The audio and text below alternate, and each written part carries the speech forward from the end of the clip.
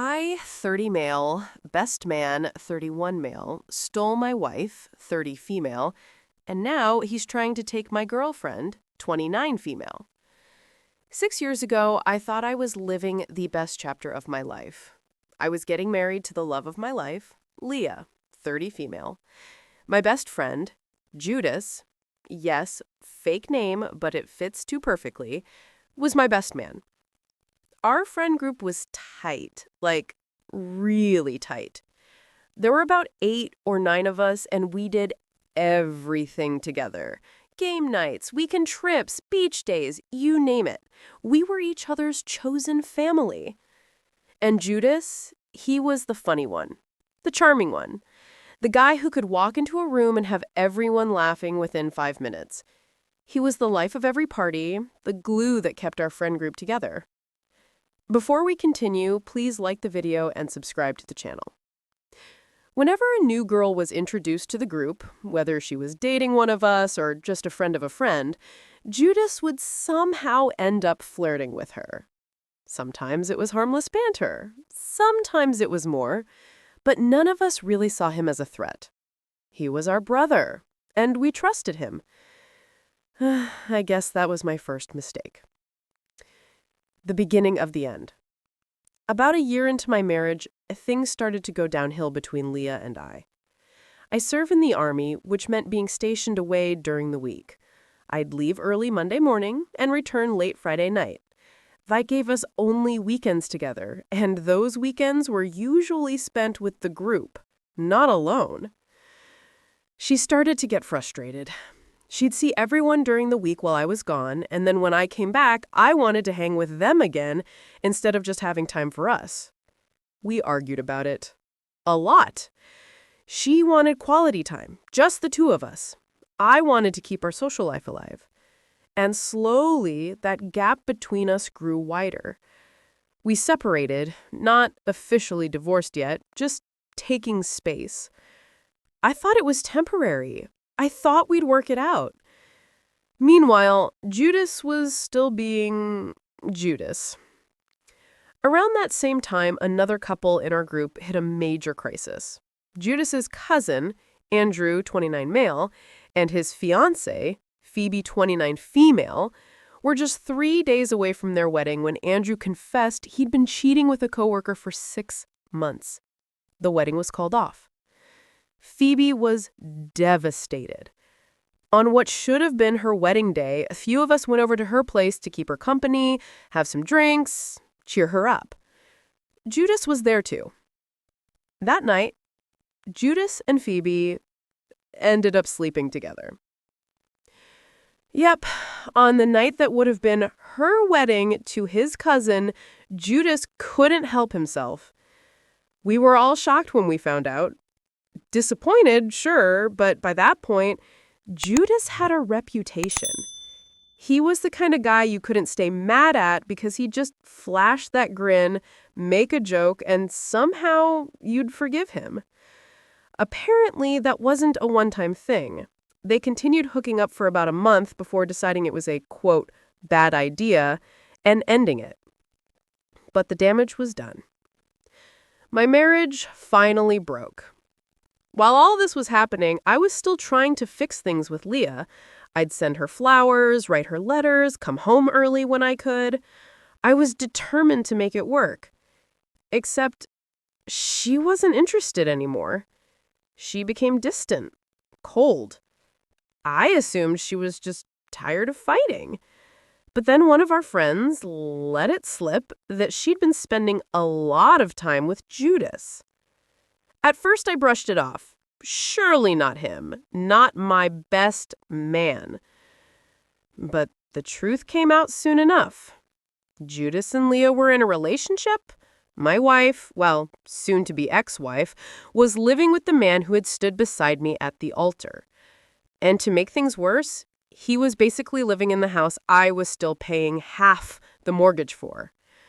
When I found out, I was furious. I texted him, "You're dead to me."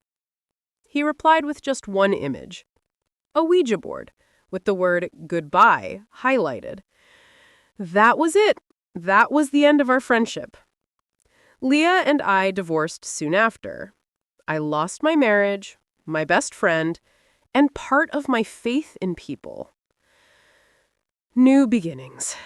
Kind of.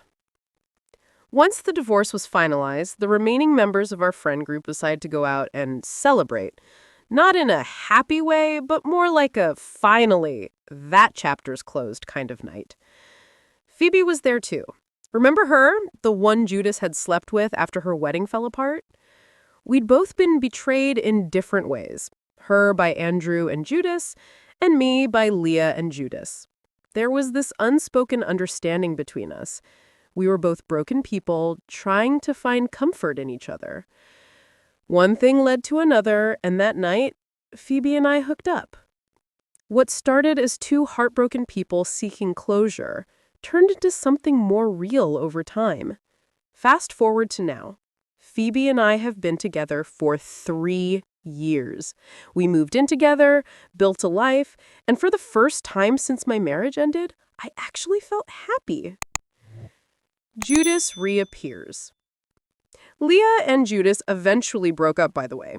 She moved on with someone else. Judas went back to being single and floating around the friend group peripherally, always showing up when the least expected.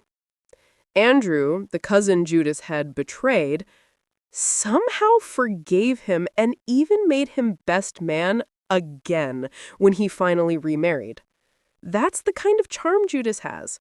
No matter how many lines he crosses, people keep letting him back in. It's honestly wild. Anyway, things were going great for me and Phoebe. So great that I started planning a proposal. I booked us a surprise trip to Disneyland, her dream destination, and was planning to pop the question there. I'd been saving for months. I wanted to do it right. But then, yesterday happened. The surprise gone wrong. Normally, on Monday mornings, I leave early for camp. But this week, I secretly took some time off so I could surprise Phoebe. The plan was simple. She'd think I was away all week, but I'd sneak back home after she left for work. I'd decorate the bedroom with flowers, candles, her favorite chocolates, the whole romantic setup. When she came home, I'd jump out from behind the door to surprise her. Except she wasn't alone. Well, physically she was, but she was on FaceTime. And I swear the face I saw on that screen was Judas. It was only for a second, but my stomach dropped. I froze. She quickly ended the call and acted like nothing happened. I asked who she was talking to. She said, "Oh, just my brother." But something about her tone, the way she avoided eye contact, it didn't feel right. The confession that haunts me. Early in our relationship, back when we were still getting to know each other, Phoebe had gotten a little drunk one night and told me something that I never really forgot. She said that after her wedding was called off, she always thought she and Judas might end up together. That night they slept together, she said it felt like maybe it was meant to be. But then he went back to Leah and she felt abandoned all over again. She said it casually, but I remembered the sadness in her eyes when she said that. At the time, I've brushed it off. We were both healing, and I didn't want to judge her for her past. But now, seeing her hang up that FaceTime call so fast, knowing that Judas is single again, everything came flooding back. My mind's been racing. All night, I've been replaying that moment. Was it really Judas on the screen?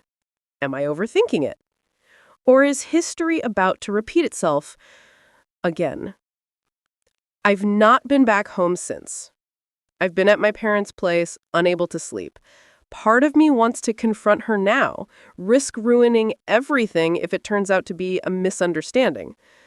Or do I pretend nothing is wrong, take her to Disneyland, and live in blissful ignorance, at least for a little while longer? I honestly don't know anymore. But I do know one thing. If Judas really is back in our lives, this time I won't just walk away quietly. TLDR. My best man and friend once had an affair with my wife, leading to our divorce. Now, years later, I'm in a happy relationship with another woman who once had feelings for him, and I think he's trying to come back into her life right as I'm preparing to propose.